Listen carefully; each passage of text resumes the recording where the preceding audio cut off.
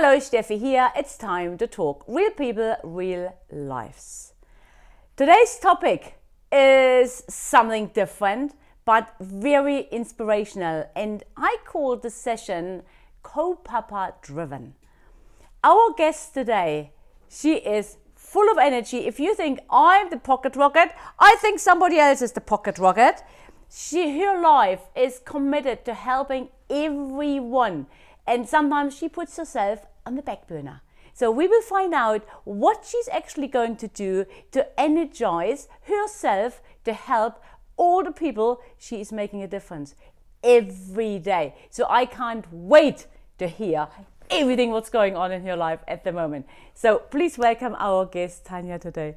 Tania, it's so cool. It's so cool. You're coming even a little bit later, so but awesome. Doesn't matter. Yeah. Doesn't matter. It was important. Yes. It was your church, it's church, and it's the Mount. Yes, that's awesome. So this is how it is. Yeah. So I know you are. Your life is busy as, really busy, and I'm so glad you could make it today. Oh, no worries, love. I almost forgot why I was coming, and I was like, no, that sounds terrible. No, I knew I was here. I was like, cool, I'm going to commit to this Kaupapa for Steffi and my husband and children. So what are you going to be talking about? I went, I'm not actually quite sure, but it's going to have something to do with Kai Aroha and inspiration, and that's all I remembered. Yeah, and that's right. And Thank you. Your energy, you just walk through in the room and like, woo! It's like, you lighten up the room, and you know it wherever you go. You always do. You always do. You look beautiful, by the way.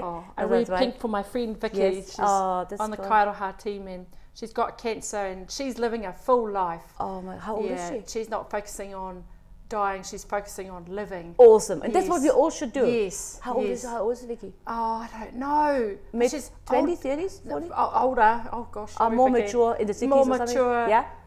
Yeah, I can't really tell because she's like you. She's quite energetic. Yeah. So you don't know how old I am. I just turned 18, but don't tell anyone. Don't tell anyone. Don't tell anyone. So, but I know you had a challenging childhood, say it like this, but you turned it around. So what was it? So just tell us a little bit about it, please. Yeah, no, that's awesome. So we have a good mum. I was going to say we have a good mum.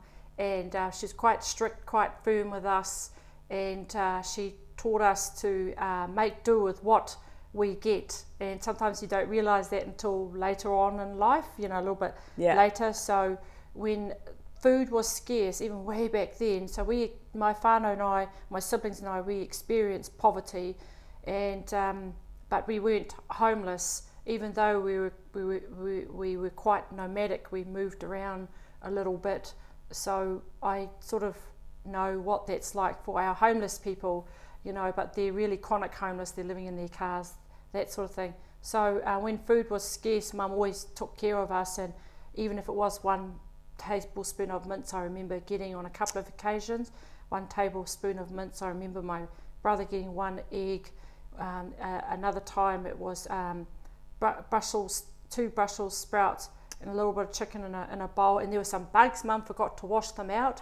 And she told us to just eat them. They're good nutrition. Yeah, good protein. Yeah, otherwise we went our jelly. Yeah. So jelly was a delicacy. Yeah, in our family, and a little bit of ice cream, and it was like Christmas time, that kind of thing. So we struggled, and I wanted to help my mum and my siblings by taking the financial pressure off her by getting a job at the age of 12. So I did that, and bought my first pair of Charlie Browns. Yeah, and my first pay was it was either 54 or 56. It's around there. It keeps changing every time I talk about this, but it was around that figure, and I felt quite rich. So it was over 2 weeks. I worked during the school holidays. I was 12. I was at intermediate. I got my first pay, and I bought my Charlie Browns. Yeah, for school. You will never forget this. Yeah, I'll never forget that. And then I started paying board to my mum when I was 14. She didn't ask for it. You wanted to support her. Yeah, I just did that. But little did I know, later on down the track, she was actually hiding some of that money so that I could go to Polytech and pursue my arts career.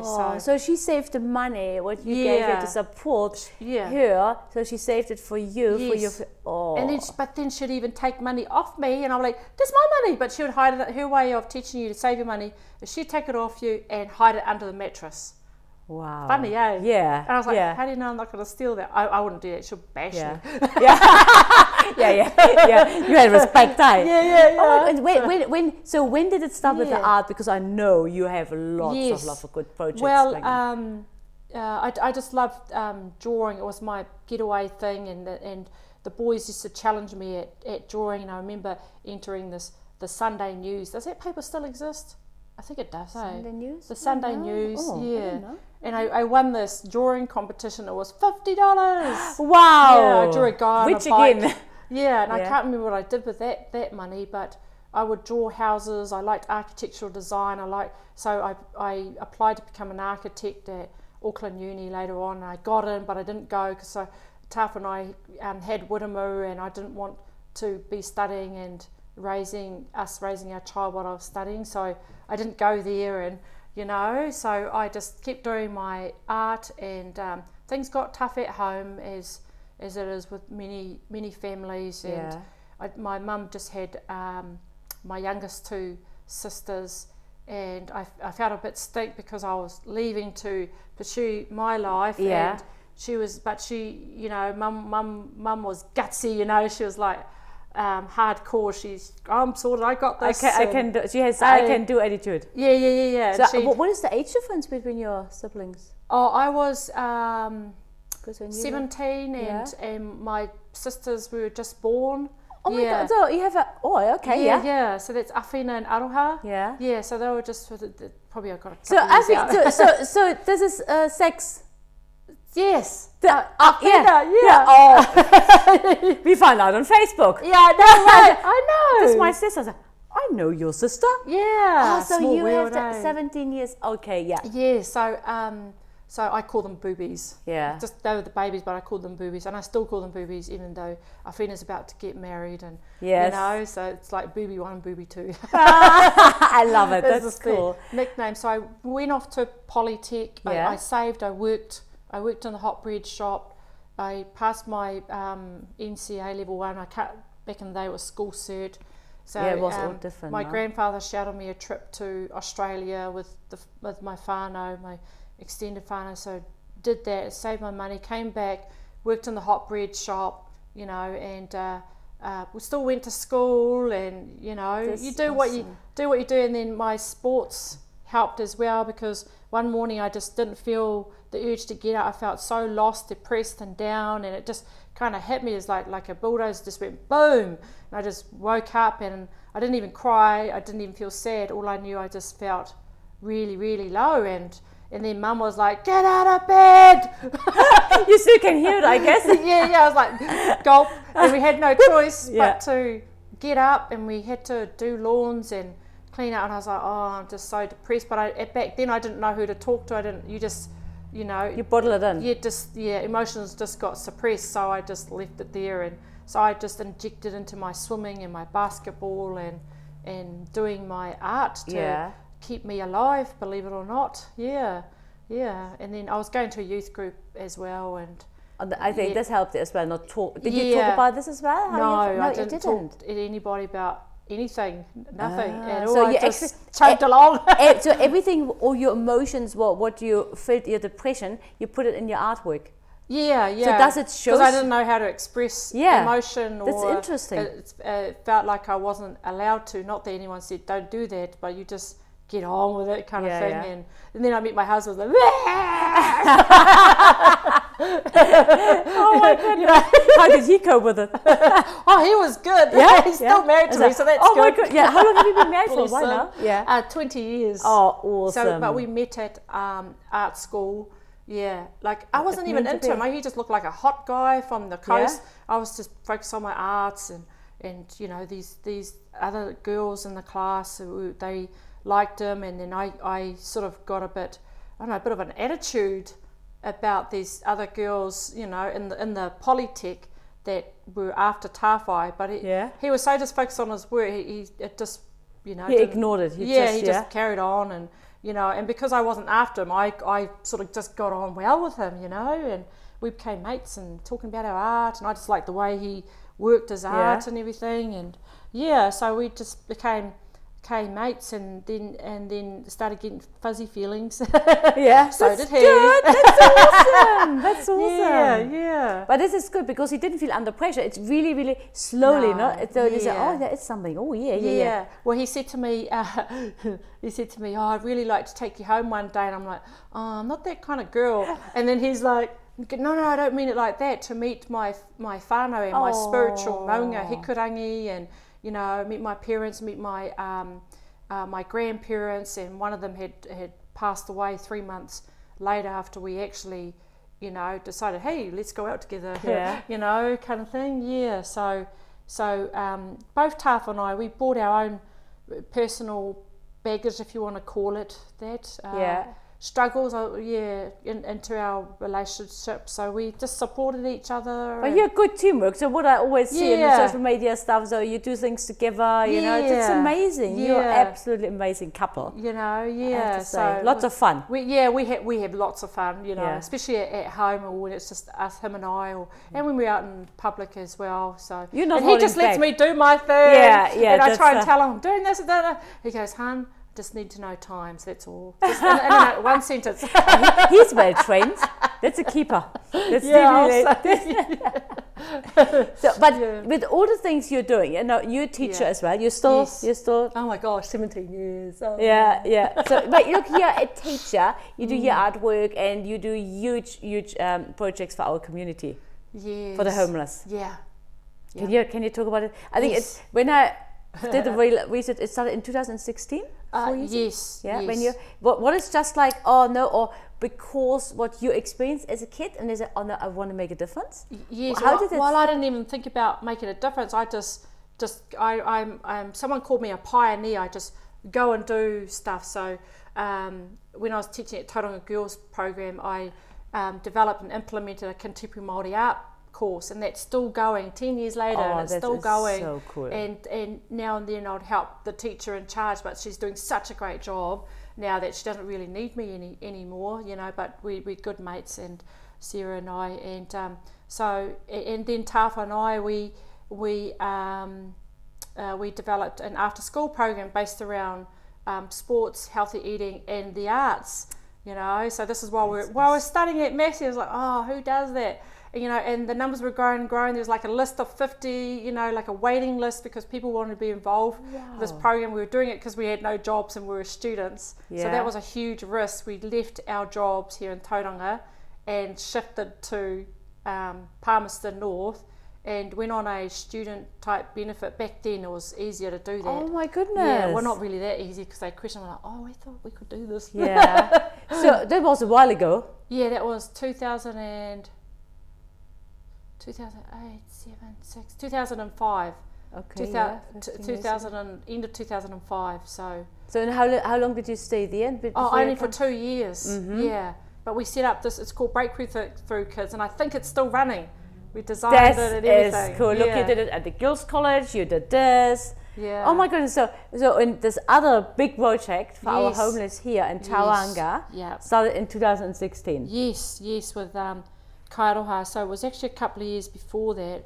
Like there's a lot of local people. They put food in their cars and they'd have snack packs, and and so we were getting stopped all the time in Greerton, because we live in Greerton. Yeah. Oh, we used to live in Greerton for 10 years, and then going around Fraser Cove or Greerton, you get asked for money, and we never gave money, but would give, like, oh, I've got nothing to give you, or it's not a pay week, or I can buy you a pie, it's not nutritious, but I'll buy you a pie. Yeah. So we started putting things in our back of our boot, snack packs, and an old fella, we went and bought him brand new pillows, we'd buy him coffee, that kind of thing. Lived in a bus stop, and sadly he passed away. Yeah, we found out later on he was an alcoholic, and he just couldn't. Yeah, there's a saying that some people saying that, some people are beyond help, but there's always hope. Yeah. So I was quite sad about that he passed away. He pretty much set up his house inside the bus stop. Yeah, across the road from just around by what's it called, Pizza Hut. Yeah, in Greerton there. Yeah. Yeah, so, and it was just becoming more it was just growing. Homelessness was growing. I was like, oh my gosh, we can do, what more can we do? So we had to be realistic. Tawhai was, we had mental health things happening in our own family, and Tawhai was a chef, so he was chefing, and we decided, right, we're going to do this. Our budget was $20 because at the time we were only working part-time, because I was trying to look for a full-time art teaching job. So I was been teaching for years, but so $20, a pot of soup, some buns, and thermos cup of tea. So that's what we did, and I set up a little table. I thought, oh my gosh, what am I doing? And then, and then at school, I found some cardboard, and I used the paint at school to paint free Kai for the homeless. The pink sign, and walking out of school with it. So and how did they? So you didn't put it in the newspaper or on the radio? Did you put it on social media? Oh, I just put it on Facebook. I was like, oh God! And the reason why I was hesitant is because I was worried about judgment, from people. And then I was like, oh, who gives a stuff, man? You know, right? Yeah, bugger what, people. You know, I'm just gonna be focus on this kaupapa and just do it for these people.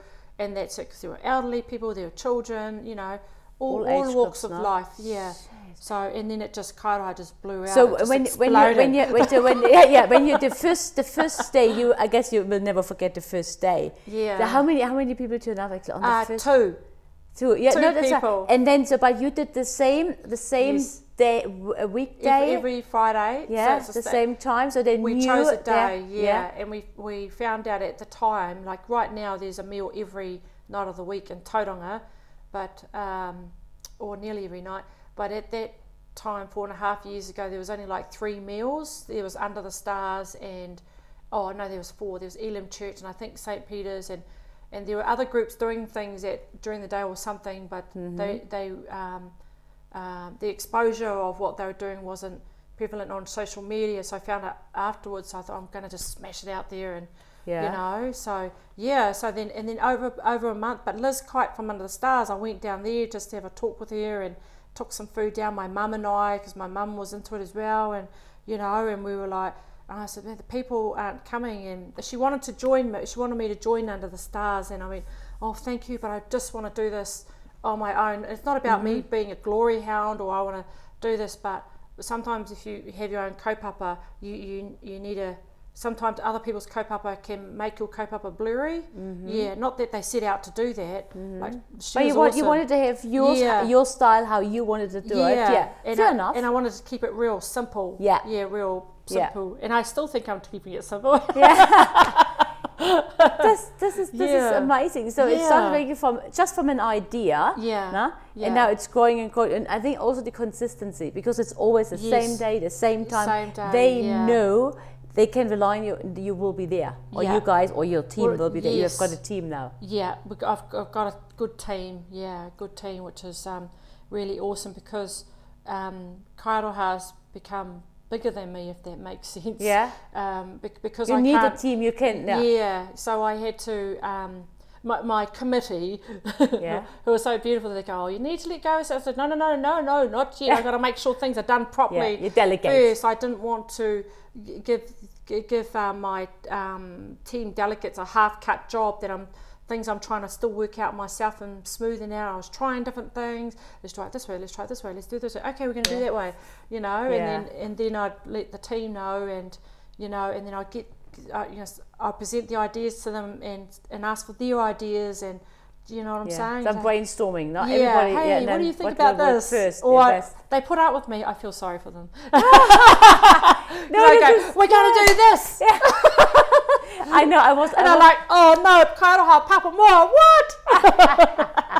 And that's 1 year old next Friday. So oh my goodness! So it's a birthday today. So do you make a cake next week? Yes, someone's going to bake us a cake. Yes. Oh. When we had our first Kai Aroha Greeton, oh gosh, that was so awesome. Yeah, my sister-in-law made this massive, amazing cake. It was so delicious, and the team went out. The team I had at the time, we all went out for dinner. And half of that team is still with me today. Oh, that's cool. And with the Kai Aroha kaupapa. So yeah, it's like I had to let go some of the work so I can focus on other things. On the bigger picture, the vision stuff, you know. Yeah. and how to reach people and how to feed our hungry people, because it's not about the food. It's actually not about the food. It's not about the food. Yeah. It's actually about the connections, the whanaungatanga, you know, and sitting down and having those those moments of richness, kōrero with them. You know, you're better off having 2 minutes of, you know, eye contact, you know, and really listening with your eyes and your ears, because sometimes like, hold on a minute, I've just got to go there. What did you say? Okay. Yeah. So just to be there, stay in the moment, and have something to listen. And maybe you say one thing to this other person that triggers something good, and yes, that's a good. I'm going to do this. Yes. Something, and I know just your energy, just being around you, you're automatically energized. Yeah, if she can, I can. Yeah. And this is what you want. Well, you know, I didn't realize my capacity until I went out and done this, and you know, I believe in that too much given is much required, and that's something that I learnt at Sunday school actually, you know, and too much given is much required, and I thought, it's like being a beginner teacher, and then you step up, and you know, and you build on and develop on your expertise, and you just grow from there. And then I talked to my boss the other day, Helen, she's so lovely, and she's like, I said, hey Helen, I'm thinking about doing this. The next idea. For school, you know, at school. And what did she say? She goes, oh Tania, I know you can do it. And he goes, but just remember, you've already got 4 careers.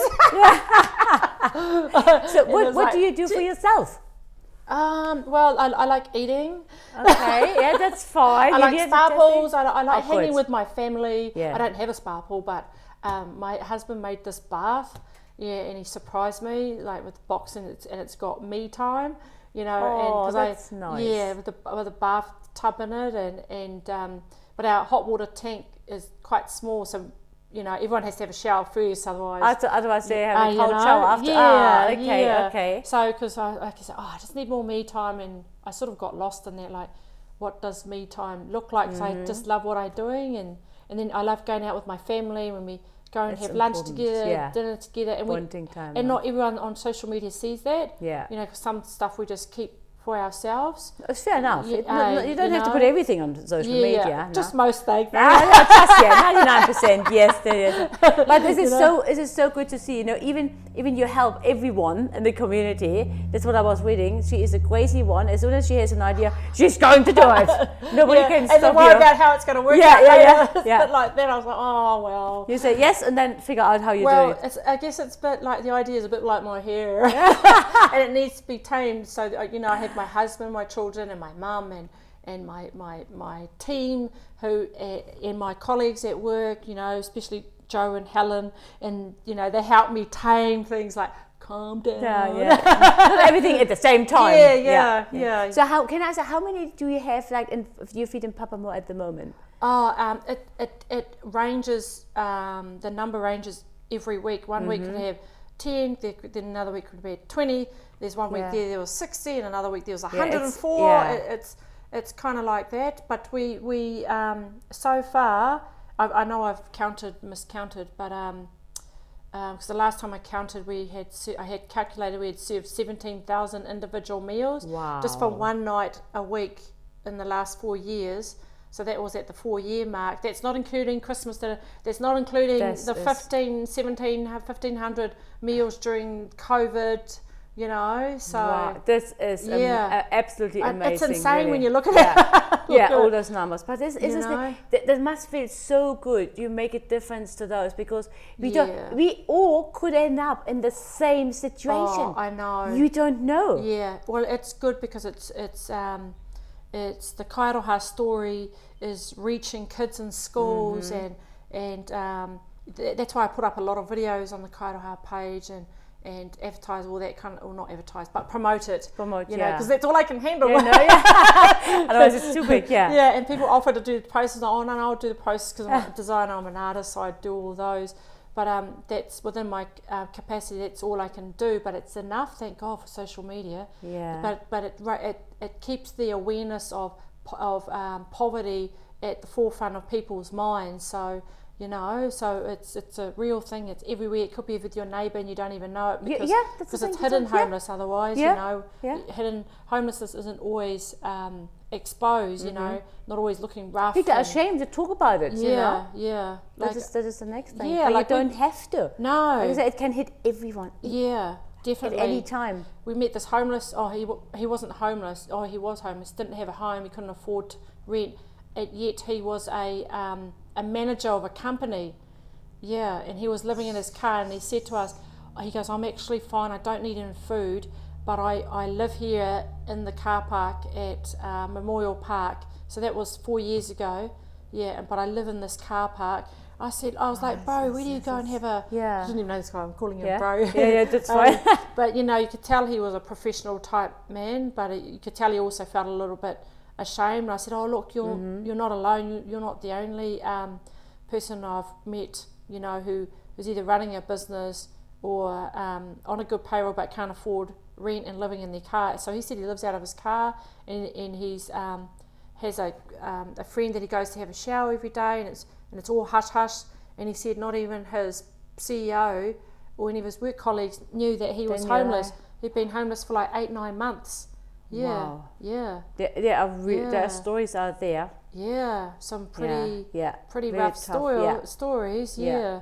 So met another family whose mother had passed away 18 months prior, and they were saving for her unveiling. Oh yeah. Yeah, but COVID hit and he lost his job.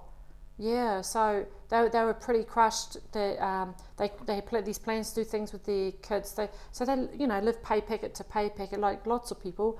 Yeah, and lots. you know, so I thought, wow. So it was through another friend that we were able to be a blessing to that family with Christmas gifts and stuff like that. And we may never meet those people again, but our demonstration, our giving, you know, is you know, something to give them hope. And I know lots of people do lots of different things to do that. Like I know there's big corporations and big churches that are able to do massive things, which is really good. Our community is amazing. It's really amazing, especially now Christmas, really just 9 weeks. I know. It's crazy. Oh my! Your stories are so inspiring. This is amazing. You know, making a difference. This is what we're here for, and this is why we do those videos as well, to make a difference. And always ask for help, and there is hope out there. There is hope out there. So what is your message, Tania? What would you say? Now, to help others. So if somebody has an idea, or somebody is listening right now and is living in a car, so what would you say? What advice would you give? Well, for someone who's living in a car, I said, "We look at the camera." Yeah, you can. Yes, okay. Here we go. You'll edit that, but no, leave it in. So for someone who's living in a vehicle, you just need to know that, and you probably do know that, you are not alone, and there's no shame in your situation where you are at right now. There's so many people are suffering, and we're all in this waka together. And even though that we may be paddling at different rates or paces, the thing is, we're paddling forward in that waka together. So know that we are there with you, and try and get to one of the community meals in Tauranga Moana or Papamoa or Mount Maunganui as well, and tell people your story. That's actually one of the things that the Meals Task Force Against Homelessness is what him and his team and Jodie Robertson and the whole team there are wanting to capture the stories, you know, of the homeless. And it doesn't mean like sitting down with a piece of paper like how long have you been homeless, that kind of thing. It's just they just unfold, they just happen anywhere, you know. And like you say with this business guy, you know, with businessman, you have no idea what people go through, what's going behind the scene. But if you share your story, if you know, and then somebody will help you. Somebody will help you. And I know there are people out there who are ashamed or feel their history or their past is suppressed because of you're not allowed to speak out, or maybe you weren't allowed to speak about your story. So get a journal, write it down, because it releases you from that stress or from that burden of whatever you are traumatized from in your life, and you write it down in a diary, and you can actually read it or give it to someone to read, or even burn it. It could be, believe it or not, that's a symbol of, you can. You know how fire's cleansing? Actually, just don't burn yourself. No, yeah, that's the next one. You know? But, you know, flip the page and you page. start a new chapter. Yeah, start a this new chapter is done. Yeah. Now we live in the now. Yeah. We don't waste energy in our past. That's right. Otherwise we cannot use the energy in the present now. You know, my kids, they are way more grateful now. Like, I'm grateful, we have a crappy shower, but I'm grateful for the water that comes out of it. And you have a shower at home, and we have toilet paper, so that's why I'll ask people for water, that it's not just for drinking, but sometimes people use that for cleaning, because they don't always have access to clean themselves privately. Yeah. You know, and things like wet wipes and you know, things like that. So, oh gosh, I could say a lot more. Yeah, you are honestly, you are absolutely amazing. Yeah. Your team, what you're doing is just, it's mind-blowing. You definitely make a difference to our community, and I know you work on new projects again, and this, and I know I see it always in the news, what's going on with you, but this is so good. We need people like you. Yes, I've got to talk about our Fender house briefly. Oh yeah, just a minute. Just 1 minute. Yes, yeah. Okay, so this is I made a brave step, and I was not happy with the council's proposal for their bylaw to ban rough sleeping and begging. Yeah. Well, I agreed with the begging to a point. So I was like, man, we need to make a difference. We need to make a stand against this.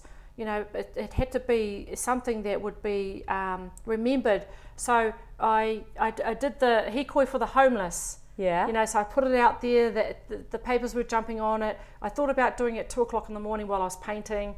Hikoi for the homeless. Hikoi for the homeless, because we didn't have a shelter or transitional housing for women, for single homeless women. Yeah. Yeah, like there's Te Tuinga Whānau and other agencies for families. There's Women's Refuge for and domestic violence. and the men's shelter. There was a men's shelter, but nothing for women. And people asked, would you like to? I went, no, I'm at capacity right now. And everything. Next minute I'm in there. So 4 of us were co-founded Awhina House, transitional housing. That is so cool. Yes, and it's and I've got an amazing board, amazing Kai Aroha committee and team, amazing Awhina House board, you know, amazing staff and it's just awesome. Great now. Yeah, but it's a lot of people that help make that difference. Yeah, and the community, they donated I can't so many things now. Yeah. And this is, if you don't ask, you don't get. Yeah. And this is what you did. You went to the social media, or you went to the newspaper, and I know there was they came to us. It's great. People are happy to help. Yeah. But we have to share the stories. That's right. Tell the stories, and then you will get help. Yes. No, this is all the community connection. Yeah. We all help each other. That's the way. You know, glory to God. Yeah. I always say glory to the Lord, who's thank you. Increased my capacity. So this is awesome. Thank you, This Steffi. is This great. is awesome. Honestly, those stories. Heinz, I guess you're blown away now hearing all those stories. We could get for ages.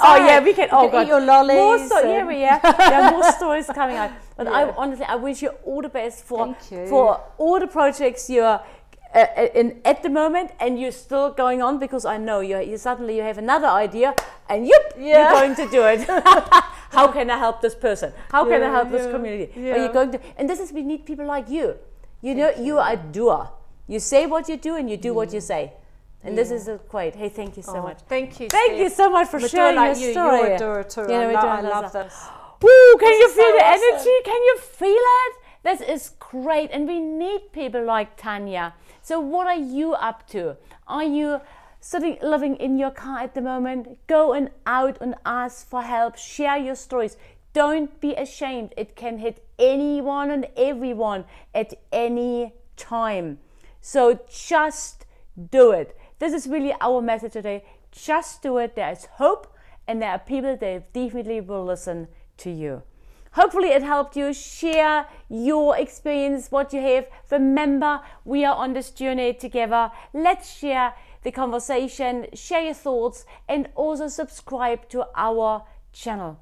Enjoy life, live in the moment, and most of all, be unstoppable.